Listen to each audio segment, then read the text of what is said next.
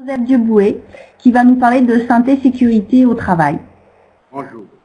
Il m'a été demandé de faire cette communication dont le thème est comment mettre en place des conditions de sécurité et de santé au travail garantes du bon fonctionnement de l'entreprise. J'ai accepté de faire cette communication parce que je me suis dit que c'est une occasion de renforcer la capacité des participants sur les différentes stratégies que l'on peut mettre en place pour développer des conditions de sécurité et santé au travail. Nous avons articulé notre communication sur 7 points. Nous allons commencer par une introduction. Nous allons parler des enjeux de la sécurité et santé au travail en tant qu'outil d'amélioration des conditions de travail au sein d'une entreprise. Nous allons parler des prestations à offrir pour pouvoir développer les conditions de travail.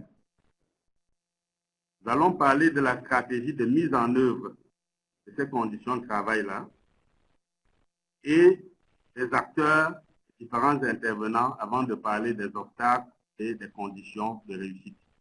À titre d'introduction, nous avons fait la clarification sur un certain nombre de concepts qui devraient nous aider à comprendre la suite de l'exposé.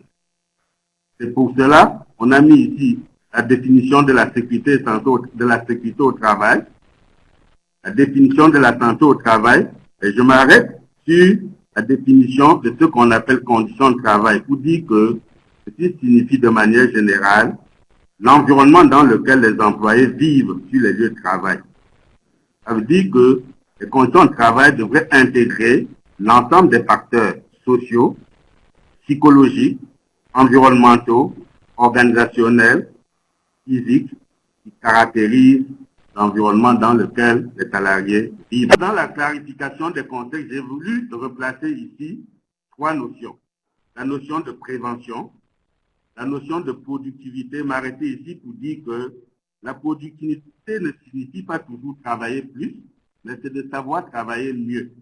Et lorsqu'il s'agit de travailler mieux, le facteur humain est clé de la productivité. Et la notion de prévention productive pour dire l'ensemble des stratégies qui vont permettre d'améliorer en même temps la productivité et la qualité à partir des activités de prévention dans l'entreprise. Ces concepts, la définition de ces concepts me permettait de rappeler que les conditions de travail, pour que les conditions de sécurité et santé au travail puissent garantir un bon fonctionnement de l'entreprise, il faut au moins qu'il y ait les 2 éléments. Il faut d'une part qu'il y ait une amélioration des conditions de travail pour les travailleurs, mais de l'autre part que l'entreprise vive, c'est-à-dire l'amélioration de la productivité. Sur le plan épidémiologique, toujours dans le contexte, j'ai remis ici quelques statistiques du Bureau international du travail qui montrent que les problèmes d'accidents du travail et des maladies professionnelles sur les lieux de travail sont assez préoccupants aujourd'hui. C'est des millions de morts par an dans le monde, et 160 millions de nouveaux cas de maladies professionnelles sur les lieux de travail dans le monde, et que ces statistiques sont presque sous-estimées lorsqu'on sait que la plupart des entreprises du secteur informel ne déclarent pas les risques.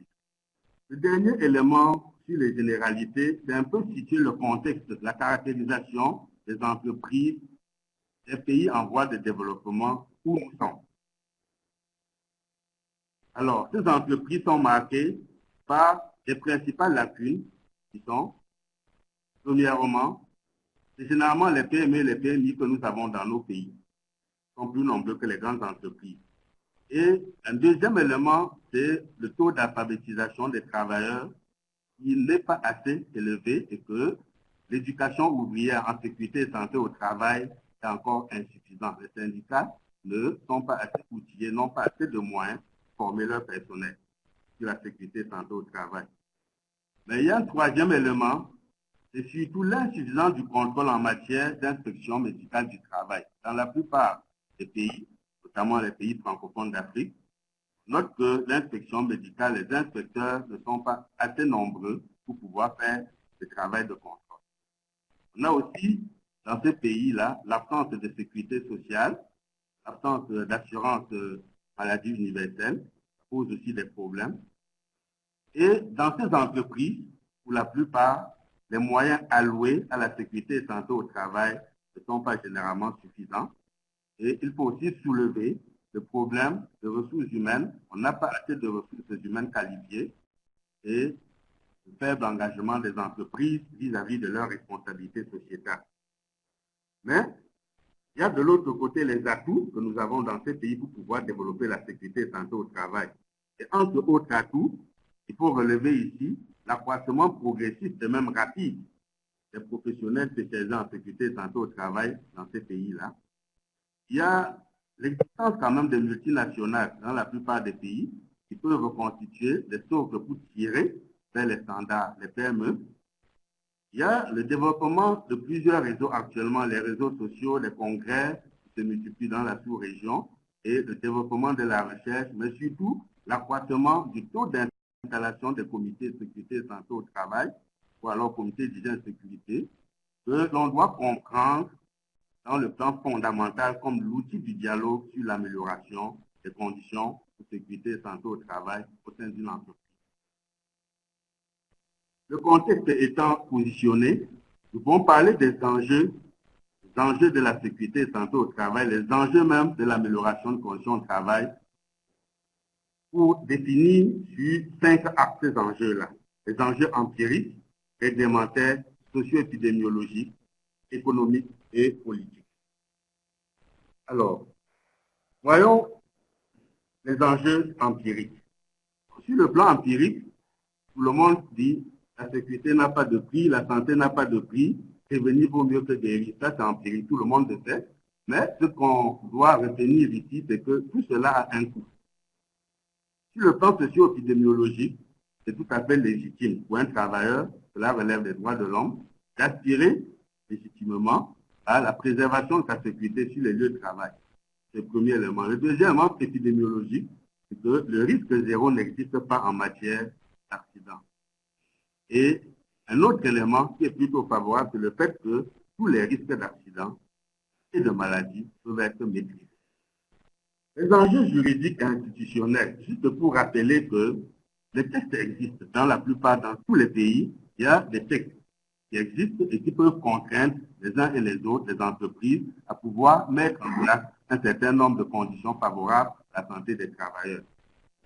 Et les enjeux économiques et financiers, pour rappeler ici qu'il existe des études sur la rentabilité, il n'y en a pas beaucoup, mais il y a quand même une étude qui montre que lorsque vous investissez 1 franc ou bien $1, vous pouvez avoir 3,3 en retour si vous avez investi dans la sécurité ou bien dans la prévention. Il y a aussi un autre élément sur le plan économique et financier, c'est qu'aujourd'hui, il faut absolument faire de la prévention parce que le curatif coûte plus cher. Ça coûte d'autant plus cher que les moyens diagnostiques. Il y a de plus en plus de nouveaux moyens diagnostiques qui coûtent, les scanners, les IRM. Il y a aussi l'augmentation du tarif des actes avec le temps. Donc, avec le temps, le curatif va toujours coûter plus cher. Il vaut mieux prévenir. Et il y a un autre élément sur l'enjeu financier et économique, l'indisponibilité des travailleurs, donc qui va se manifester à travers la santé.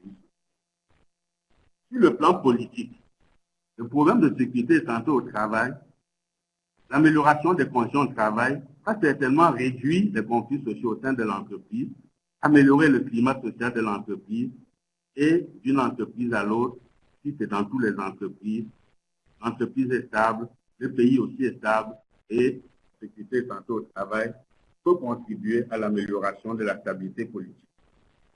Voilà placer le décor non seulement sur le contexte, mais aussi sur les enjeux. Maintenant, s'il faut améliorer les conditions de travail, quelles sont les activités ou bien les prestations à offrir? Et nous avons produit ici ce qu'on appelle le paquet minimum d'activités à entreprendre. Qu'est-ce que nous avons dans ce paquet minimum d'activités? Nous avons 4 axes. Le premier axe, c'est les prestations que nous appelons fondamentales. Nous allons y revenir. Nous avons les programmes de promotion de la sécurité et de promotion de la santé. Nous avons les programmes d'amélioration de la qualité de vie au travail et les prestations administratives, c'est-à-dire l'administration de la sécurité et santé au travail accompagnent ces prestations-là. Nous revenons maintenant sur le détail des différentes prestations. Qu'est-ce que nous mettons dans les prestations fondamentales? Le premier volet, c'est la surveillance des lieux de travail. Il faut entendre à travers ce terme l'ensemble des actions qui peuvent être menées sur le lieu de travail pour pouvoir améliorer les conditions de travail. Et nous mettons là-dedans les visites des lieux de travail, l'identification et l'évaluation des risques, l'étude des postes, l'étude des dangers, la cartographie des risques, les plans de prévention et autres. Le deuxième volet, le deuxième élément de ces prestations fondamentales, c'est la surveillance de la santé des travailleurs.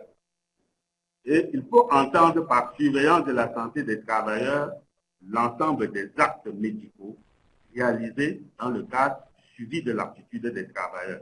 C'est ce qu'on appelle généralement les visites réglementaires, visites d'embauche, visites périodiques, visites de reprise de travail, changement de poste, visite à la demande. Le troisième acte de prestation dans le domaine des prestations fondamentales, c'est la prise en charge médicale des travailleurs et de leurs familles, parce que dans le contexte des pays en voie de développement, cette prise en charge du fait du manque de l'absence de la sécurité sociale, pas pour la plupart des temps et en fonction des négociations faites par les partenaires sociaux, intégrer la famille. Ici, c'est la prise en charge des premiers soins sur les lieux de travail et la couverture sanitaire offerte aux travailleurs en dehors des lieux de travail, soit à travers l'assurance maladie, les mutuelles, ou alors l'autogestion dans certaines entreprises, ou même les gestions déléguées aux courtiers. Le deuxième acte, c'est les programmes de promotion de la sécurité et santé au travail. Et là-dedans, on a deux volets. Le volet de la promotion de la sécurité au travail, il faut entendre par là les actions de formation en sécurité, secourisme au travail, sécurité incendie et des formations spécifiques, la sensibilisation, l'analyse des tâches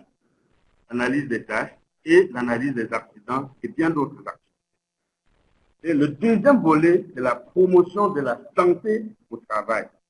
C'est-à-dire ici, toutes les actions relatives à la prévention des maladies qui peuvent être mises en place suivant le contexte de la politique nationale de santé publique du pays dans lequel vous êtes. Ce sera la prévention, les programmes des maladies à transmission sanguine, le VIH, sida, sexuel, hépatite, la maladie vectorielle, le paludisme, les épidémies, choléra, Ebola, grippe aviaire et autres, les maladies transmissibles par l'eau, dont les gastro-entérites, les parasitoses, les maladies chroniques, cancéreuses, maladies cardiovasculaires, vaccination, planning familial, tout ça, je dis, selon le contexte et en fonction de la politique nationale de santé publique du pays dans lequel vous exercez. Le troisième volet, c'est l'amélioration de la qualité de vie au travail. On y vient. Et ici, on a trois domaines. Il faut améliorer les conditions de travail. Et pour améliorer les conditions de travail, on a trois actions. Les actions sur les outils de travail, ça, le premier volet, c'est action sur les outils de travail, dont le mot milieu devrait être coupé. Il s'agit de l'analyse ergonomique du poste, de l'allocation des outils de travail appropriés, des équipements de protection individuelle et de leur gestion. Le deuxième volet des actions, c'est les actions qu'il faut agir sur le milieu de travail. Et là, il faut voir les installations à l'usage du personnel, la qualité des toilettes, l'eau, les vestiaires, les salles de repos, les salles de loisirs. Et il faut voir aussi les actions ergonomiques telles les rangements, l'assainissement du milieu de travail, les programmes liés aux nuisances spécifiques sur le lieu de travail. C'est-à-dire, s'il y a des bruits, des poussières, les vibrations, les produits chimiques, il faut agir sur ça. Le troisième sous-volet, c'est les actions sur le comportement de l'homme. Et ça, c'est important. Il faut prévenir et gérer les problèmes psychosociaux. Et pour cela, je me réfère au programme SOL du BIT, du Bureau international du travail, à travers lequel vous avez des actions, des programmes de gestion du stress, de l'alcool, du tabac, de la drogue et de la violence, y compris l'harcèlement sur les lieux de travail. Tout ceci fait partie de ce qu'il faut entreprendre par rapport au bien-être au travail. Le deuxième volet de l'amélioration de la qualité de vie sur les lieux de travail porte sur l'amélioration de la productivité.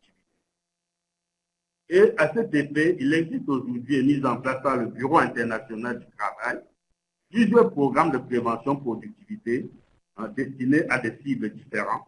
Il y a le WISE pour les petites et moyennes entreprises, il y a le WIN, il y a le WISH pour le domicile, il y a le HealthWise pour le secteur, les entreprises du secteur de la santé, le WISCON pour les entreprises du secteur de la construction, et il y en a même le WIS pour les entreprises du secteur informel. Le dernier volet pour l'amélioration de la qualité de vie au travail, c'est de dire qu'il faut prendre en compte le programme de protection de l'environnement.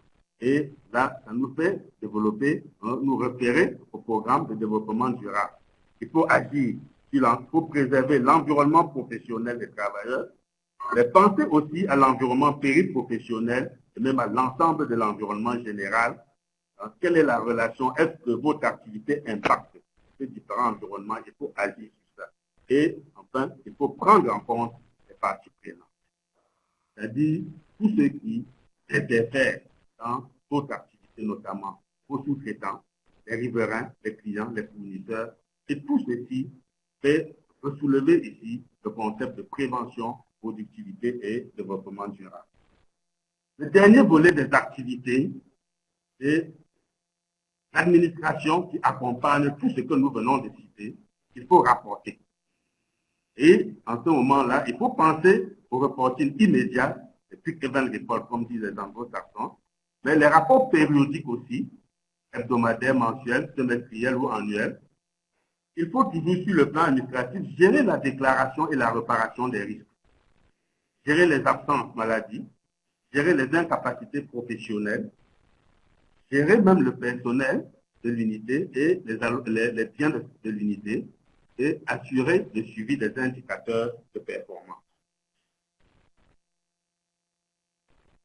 Avec ça, nous avons terminé le paquet minimum d'activités qu'il faut mettre en place pour garantir l'amélioration, pour garantir les meilleures conditions de travail. Maintenant, comment mettre en place ces programmes, ces stratégies pour adopter? S'agissant de la stratégie, il est important de noter que la mise en place de ces programmes va passer par la mise en place d'un système de management de la sécurité et santé au travail au sein de l'entreprise. Donc, pour le faire, il faut absolument mettre en place un système de sécurité, de management de la sécurité et santé au travail. Et nous avons remis ici la roue des mines qui montre les différentes composantes d'un système de management de la sécurité et santé au travail. Il faut comprendre ici. Il faut commencer par mettre en place une politique de sécurité et santé au travail, mettre en place une organisation pour piloter cette politique, définir les différents programmes, les mettre en œuvre, évaluer et à l'issue de l'évaluation, mener des actions d'amélioration et à partir de ces actions, on peut s'amener à changer la politique et revenir dans une roue avec l'amélioration continue. Et il ne faut pas oublier de temps en temps faire des audits pour se rassurer de la qualité de ce que l'on fait. J'ai mis dans cette diapositive quelques éléments pour expliquer chacune des composantes de ce système. Et le système pour son fonctionnement, c'est la planification et c'est le respect de la pluridisciplinarité. Qui sont les acteurs? Vous avez les activités à mettre en œuvre, vous avez la stratégie de mise en œuvre qui passe par le système de management. Qui sont les acteurs qui doivent intervenir dans la mise en œuvre de ces programmes? Alors, pour les acteurs, nous avons ici ce schéma que j'aime particulièrement et que j'appelle le schéma de la coalition des acteurs contre les risques au sein de l'entreprise. Pour mieux comprendre ce schéma, il faut regarder d'abord au centre pour voir que là où vous voyez comité d'hygiène et de sécurité, comité de SST, comité d'hygiène, sécurité, conditions de travail, c'est là le nœud, c'est l'outil principal de gestion des conditions de travail. C'est autour du comité d'hygiène et de sécurité, entendez comité de sécurité et santé au travail, que se joue l'action, les actions d'amélioration des conditions de travail. Et qui est membre de ce comité? C'est les travailleurs, d'une part, à travers leurs délégués du personnel, qui sont encadrés par leurs organisations, les syndicats. Et de l'autre côté, l'employeur qui est encadré par ses services, les ressources humaines, les exploitations, les services de maintenance pour pouvoir l'appuyer à régler les problèmes du comité. Et de l'autre côté, à votre gauche, au sein de l'entreprise toujours, vous avez les experts qui peuvent accompagner l'employeur et les travailleurs dans le fonctionnement, notamment le personnel médical, le personnel de la sécurité, les acteurs de l'environnement. Tous ces experts sont des membres qui peuvent agir, aider l'employeur et les travailleurs à mieux fonctionner, à être plus objectifs et plus efficaces dans les actions d'amélioration des conditions de travail. En dehors de l'entreprise, à votre droite, il y a des acteurs qui doivent intervenir dans ce dialogue sur les risques. Il y a notamment l'Organisme national de sécurité sociale qui, à travers son service de prévention, dans la plupart des pays, a le rôle d'organisateur de la prévention au sein de la nation et qui doit aller dans l'entreprise, coacher les comités, encadrer les comités de sécurité et santé au travail pour mener ces actions de prévention. Il y a l'inspection du travail qui intervient au sein de l'entreprise comme référence pour veiller au respect de la réglementation, aider les parties prenantes du dialogue à pouvoir respecter la réglementation. Et il faut évoquer ici la protection civile, les autres intervenants, notamment les experts extérieurs, qui peuvent intervenir au sein du comité en fonction de l'objet et en fonction de la demande. Donc, voilà la coalition des acteurs, aussi bien au sein de l'entreprise qu'à l'extérieur de l'entreprise. Non, tout est dit par rapport à la mise en place, mais ceci ne peut pas se faire sans obstacle. C'est pour ça que nous avons essayé de regrouper ici quelques obstacles qui peuvent s'observer à au moins 5 niveaux. Au niveau de l'État, au niveau de l'opinion publique, mais plus encore au niveau des employeurs, des travailleurs et des professionnels de la sécurité et santé au travail que nous sommes. Alors, quel obstacle on peut observer au niveau de l'État? Il y a déjà les problèmes de réglementation. Dans la plupart des pays, la réglementation est vétuste. Il y a les problèmes de contrôle de la réglementation elle-même. Il y a le problème même de pouvoir développer des programmes au sein de la nation, des programmes au niveau national. Au niveau de l'employeur, qu'est-ce qu'on a comme obstacle?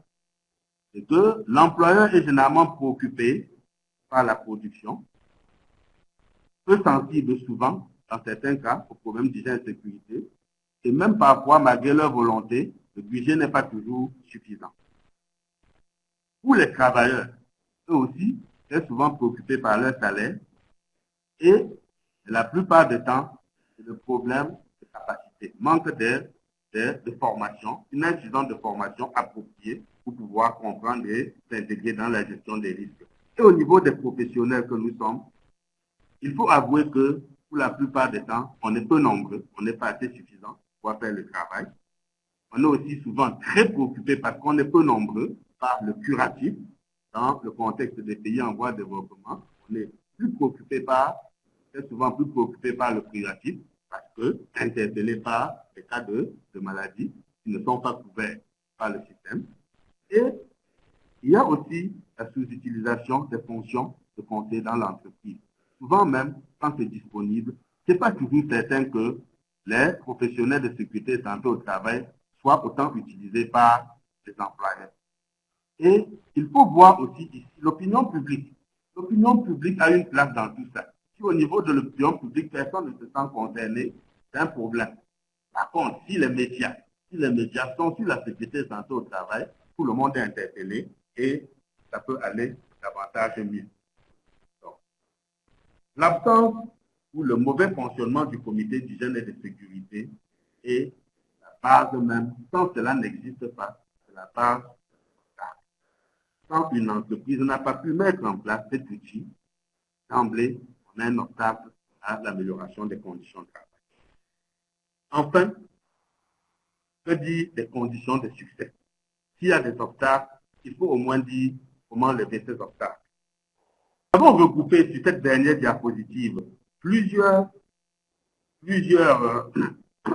éléments qui peuvent lever, permettre, garantir le succès des actions d'amélioration de conditions de travail. Mais au centre de tout cela, il faut retenir que les acteurs, c'est-à-dire les professionnels de sécurité, de santé au travail que nous sommes, nous devons nous investir régulièrement dans le lobbying et dans les plaidoyers.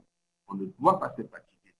On doit faire permanemment les plaidoyers et le lobbying pour pouvoir démontrer la valeur de l'offre que nous faisons à nos entreprises.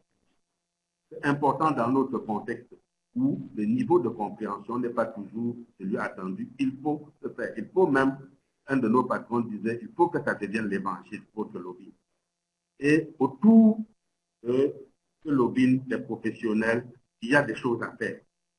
Je commence par l'axe en haut.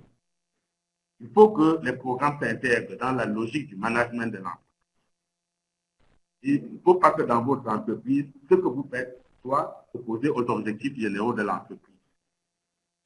Il faut, à droite, que le comité de sécurité et santé au travail soit installé, que les membres soient formés et que ce comité fonctionne normalement. Il faut mettre en place un système de management de sécurité et santé au travail, ou mieux même, un système de management intégré. Il faut impliquer les travailleurs et leurs représentants. Il faut impliquer le management et le top management de l'entreprise et les leaders. Il faut que les leaders, là je suis déjà à gauche, il faut que les leaders, le top management soient impliqués, il faut les impliquer dans les actions que vous voulez faire. Il faut mettre en place des indicateurs et assurer le suivi de ces indicateurs. Bien sûr, il faut assurer le changement. Merci, Dr Duboué, pour votre intervention très complète. Et donc, j'ai deux questions rapides, si vous voulez bien, avant de terminer ce webinaire. Donc, j'ai une personne qui voudrait savoir comment on traduit safety en français et si vous pouviez évoquer rapidement la différence entre sécurité et sûreté. Safety en français, c'est sécurité au travail. Sécurité au travail. Il faut insister sur sécurité au travail parce que de l'autre côté, on a la sécurité civile, c'est-à-dire la sécurité civile qui, généralement, prend le pas sur la sûreté avant la sécurité. Très bien. J'ai une autre question d'une personne qui demande est-ce que, à partir de quels sont les critères, est-ce qu'on a une obligation d'avoir un comité de santé et sécurité au travail dans les entreprises? Quelle est la réglementation? Voilà. La réglementation va dépendre des différents pays. Mais la plupart des pays doivent disposer des comités de sécurité et santé au travail. C'est une obligation réglementaire dans presque tous les pays. En France, au Canada, dans les pays africains, pour la plupart, en tout cas, je pense que c'est depuis 1928 que le Bureau de l'Organisation internationale du travail avait recommandé à tous ces pays membres d'intégrer dans leur législation la mise en place de comités d'hygiène et de sécurité. Je veux dire les comités de sécurité et santé au travail. Donc, logiquement, si un pays est membre de l'OIT, la législation devrait intégrer l'obligation de mise en place de ce comité. Merci. Je crois qu'on va pouvoir clôturer le webinaire, même s'il y a encore plein de questions.